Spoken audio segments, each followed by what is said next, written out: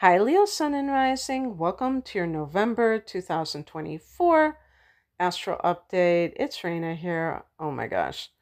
I have started and stopped and, redid your reading numerous times. I actually did the whole reading and then realized that I'd gotten something wrong. And it would have been more of a hassle trying to pick that out and then having to add something in. Nah.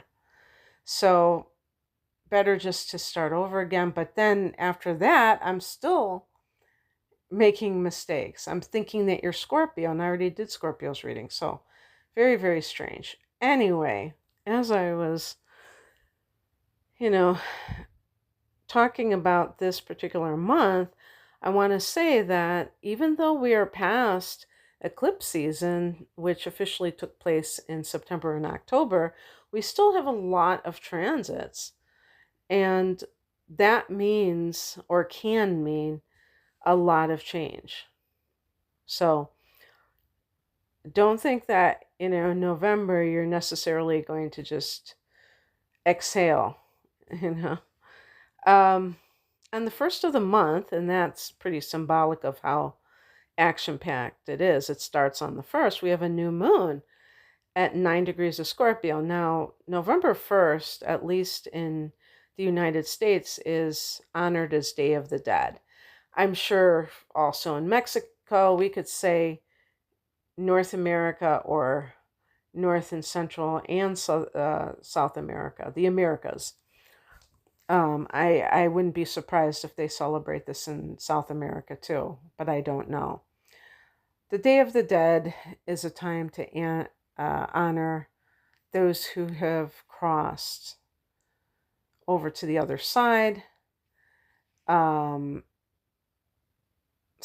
it is, the new moon is falling on that particular holiday, if you want to call it a holiday. And so anyway, this is falling, Scorpio for you is a fixed sign, or it's a fixed sign for everyone, but for you, it's a fellow fixed sign because you're fixed. So it's falling in one of the angular houses, in this case, in the fourth house of home and family. Now, a new moon in the fourth house can mean you're thinking of moving. Maybe you're really setting the intention that you want to move. Something to do with your house, anyway. And it could even be your relationship with your mother. If you feel like you've entered a new phase, maybe it feels a lot more like equals rather than how it did in the past. Who knows? I'm just kind of giving an example. And it's important to note, Leo, that a few years ago, there were eclipses in Scorpio that affected, and in the opposite sign, Taurus, which is the 10th house of career for you, that affected your home life as well as your career. This would probably be between 2021 and 2023. That's my guess. So it is possible that you have already relocated because of those years, that influenced you to leave. But it's also possible that you still want to live somewhere else, even if that astrological situation did arise and you did feel compelled to move. You may want to move again. Not that you're going to move at this time in particular, but just either dissatisfaction or whether it's a convenience factor, that could be what's happening.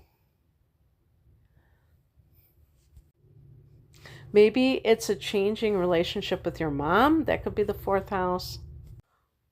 On the second of the month, Mercury goes into Sagittarius, and this is your fifth house, the house that you rule in astrology. Mercury here, this is the house of love and creativity, for instance, your hobbies. So Mercury could be that you are if you are like a writer, or if you think you're a writer, that you're exploring the literary side of yourself, maybe more than you normally have been.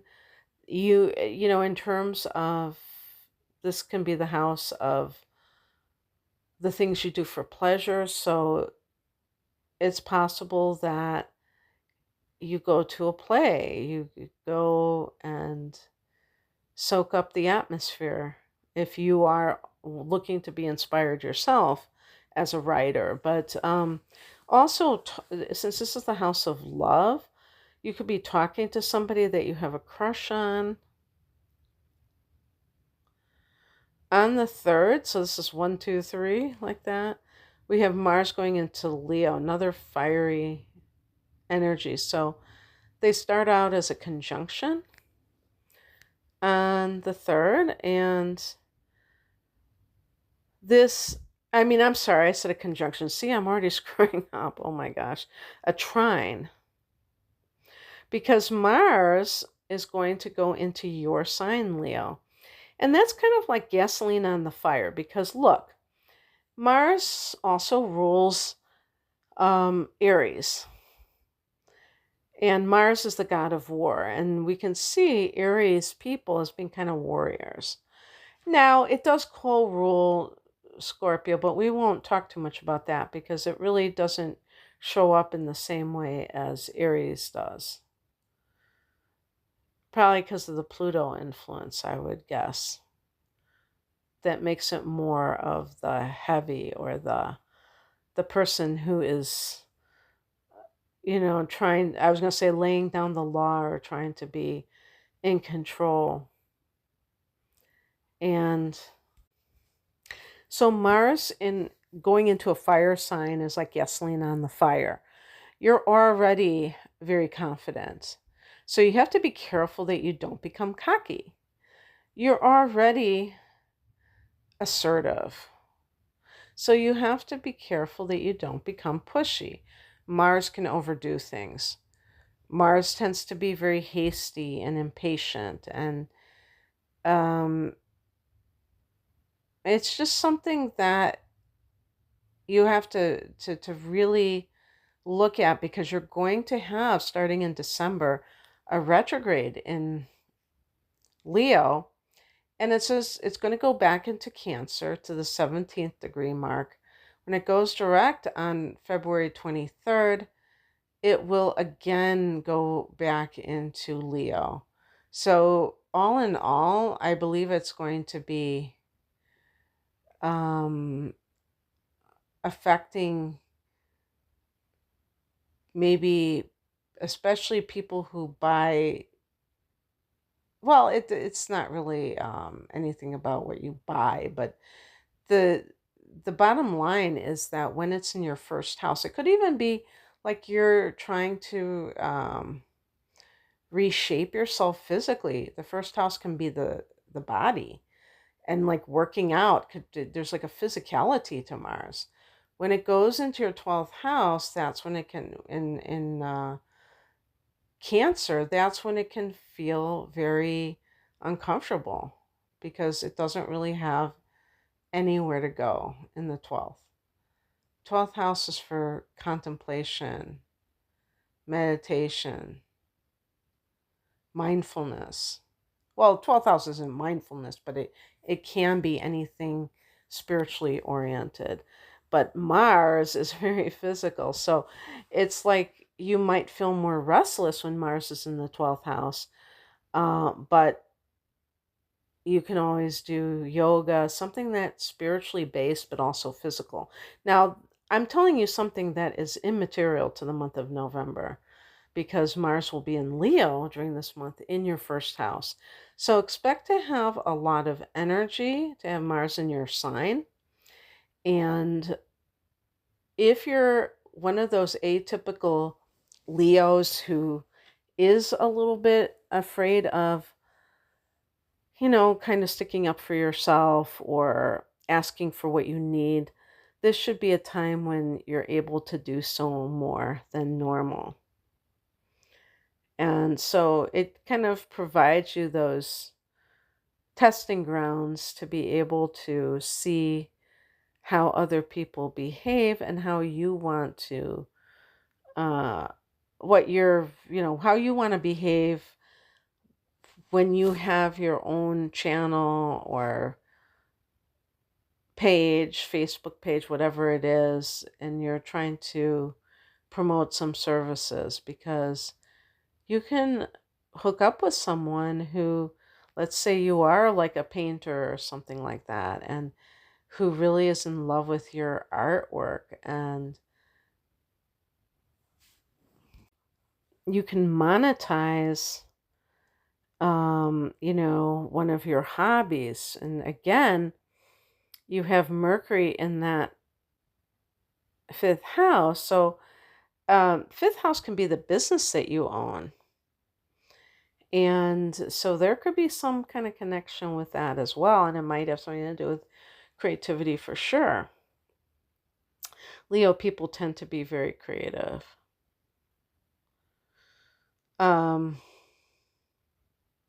on the 11th, on 11, the 11 portal, Venus goes into Capricorn. So this is significant because for you, this is your sixth house. This is a house that has to do with the work that you do, employment situation, your health, the office place, like the status of the office place. So Venus is a benefic planet, meaning that it exerts a lot of positive or harmonious energy flow. So in the sixth house, Venus can be finding love in the workplace. It could be making more money. Venus is the ruler of the second house, which has to do with earned income. So Venus, transiting Venus in the sixth house can be you get a promotion. Well, it could be a promotion, but you get a raise. It might be that you make friends with one of your coworkers. It doesn't have to be romantic. It could be platonic. Or that your office is getting spruced up. It's getting painted or whatnot. On the 15th, we have a lot going on. We have a full moon at 24 degrees of Taurus. And this is another fixed sign. So this time we're talking about your 10th house of career. And although I don't have the ephemeris in front of me, I do believe I remember that Uranus is engaged here, because Uranus is transiting through Taurus, and it's probably around that 24th degree that it forms a conjunction. This could mean a promotion. So with Venus in the sixth house, this could mean a promotion and subsequent raise. This recognition that you're receiving in the 10th house, if you're in show business, for instance, this could be your lucky break. And because Uranus is involved, it could be something where it's like you just shoot like a meteor to the top. You experience some sort of quirk of fate that has to do, and I'm talking about somebody, let's say a Leo person always wanted to be an actor or actress, and yet they were toiling in obscurity. They were always doing something that was kind of known to just a few people, because the number of people who go to a major play could be on the slim side. Maybe it's not that many that go to plays these days, because there's so much, vying for our attention. But I could see someone like you really doing well on the other side, as someone who is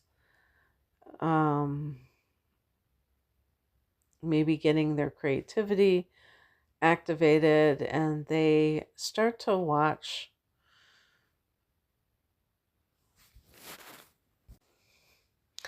the actors in a play, rehearsing. I'm talking about maybe in your daily life if you have that kind of a background. Sometimes it's not even being in the theater yourself, but living vicariously through, let's say, a friend who is in there, and you, see everybody like working together. And if you have talent in this area or an interest in this area, you definitely might want to check it out. But this would be like with a full moon, it's like the manifestation or something coming to fruition in the 10th house of career.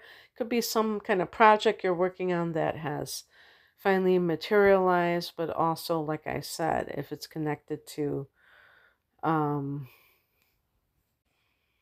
work, you have these two areas activated, and it might have some correlation there.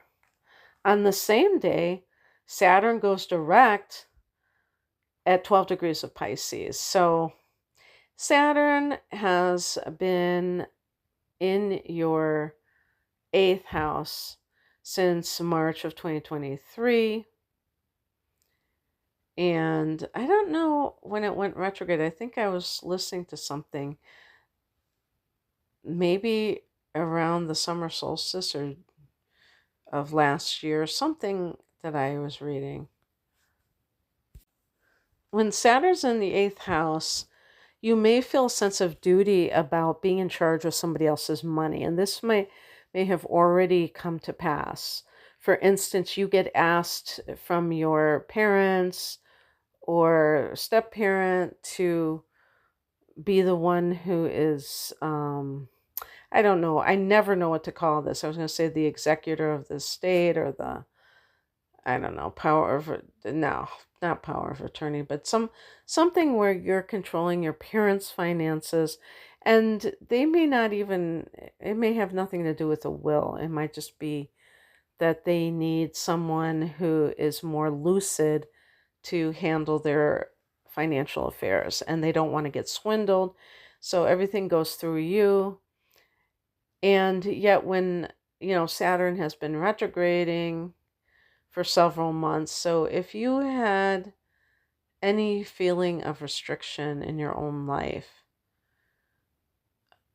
you can look to that Saturn transit. Now that Saturn is direct, it should make things a lot more stable. Maybe not easier necessarily, because Saturn is a pretty hard taskmaster, but at least stable. Sometimes when Saturn is in your eighth house and you are coupled, you may assume a greater responsibility for the household expenses than you normally do. So that's another possibility for Saturn in the eighth house.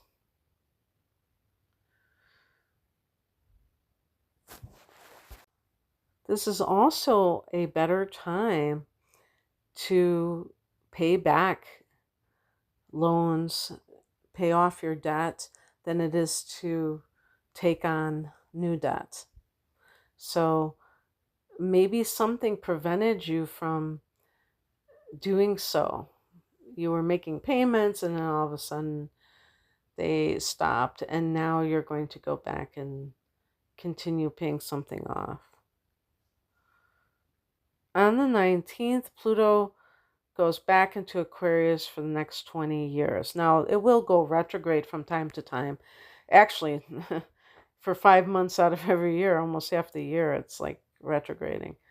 But never back into Capricorn in our lifetime. So I'm trying to think if you had anything happy occur.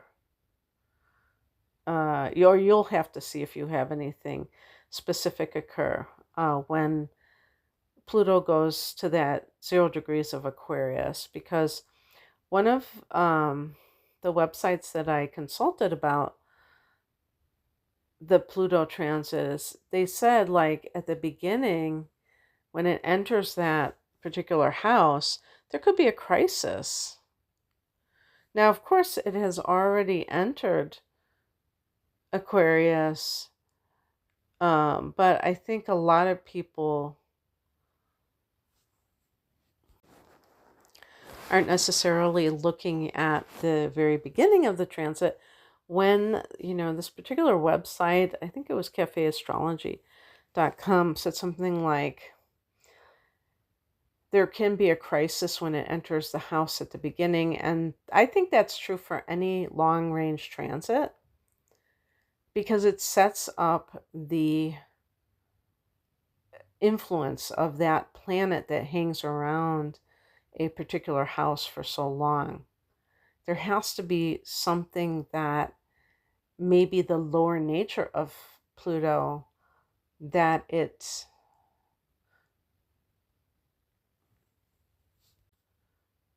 exerts influence on, and then you have to face that crisis, and that's how you transform yourself, because Pluto is all about transformation.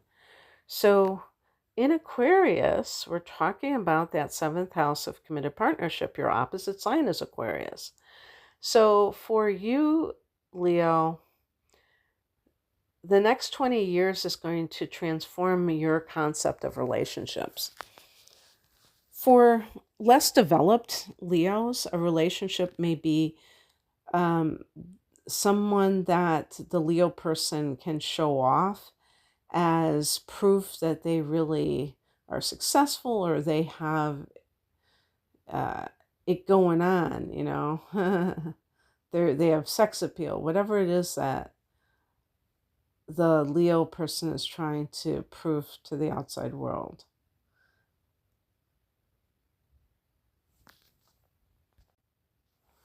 And, and I'm not picking on Leo. Every sign has a lower or less,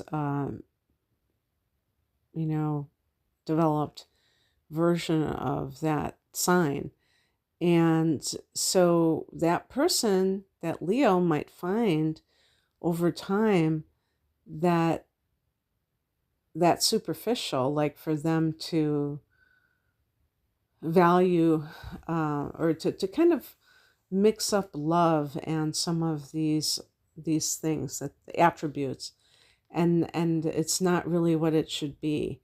So you may find true love, who knows? I mean, hopefully you do. If you're single at the onset, hopefully you find what you're looking for, because it's really important to note that this can be uh, a relationship, because we're talking about a committed partnership with somebody who is controlling, who is obsessive, and they might even use psychological tactics, because that's very scorpionic. So you can't be too needy when it comes to love, because you could end up being controlled by somebody who is it's almost like a cult leader or something. And, the person may be very charismatic, but super controlling, super paranoid. That's that Pluto type of influence. And it could be bad news. So you want to be very vigilant about who you allow into your life at a deep level, especially at this time. And this could be somebody who profoundly changes you. That's always a possibility as well. So on the 21st, the sun goes into Sagittarius. So you have the sun going into the house that in astrology is ruled by the sun, because the fifth house is your house and you're ruled by the sun. So suffice it to say, in the house of pleasure, to have the sun is very sunny, is very positive and fun-loving. So be prepared that you may be more interested in having fun. And especially, it's kind of funny too, because now that Pluto has left Capricorn, it has left that sixth house, which is the house of, work. So it's almost like playing hooky or something, where you're feeling the pressure off of you with that heavy planet leaving that work sector. And now you might be like more into play mode. So enjoy all the things you might do in the next month to have a good time. And let's see. On the 25th, we have Mercury retrograde at 22 degrees of Sagittarius. So Mercury retrograde here could be that you're talking to somebody, you get contacted by somebody that you used to date, somebody from your past. This is true of everyone, but for you especially, Leo, the fact that this is falling in that house of, doesn't have to be like a ex relationship, because that's more of the seventh house, but just ex fling, somebody coming back that you had love for. Maybe you never took it to that level that the seventh house represents. And yeah, for the next several weeks while Mercury is retrograding, you may find that you can be rethinking your feelings towards, if you are currently dating someone, you may be like rethinking it, and it's kind of putting it on the mental realm, which sometimes we have to do so that we're not lost in our emotions and we can make sense of our emotions. So this can also be rewriting some kind of a written creative project, maybe retooling it, reimagining it. That's what I have for you, Leo. I hope that this resonated. If you would like a private reading, the link is below. Take care. Bye.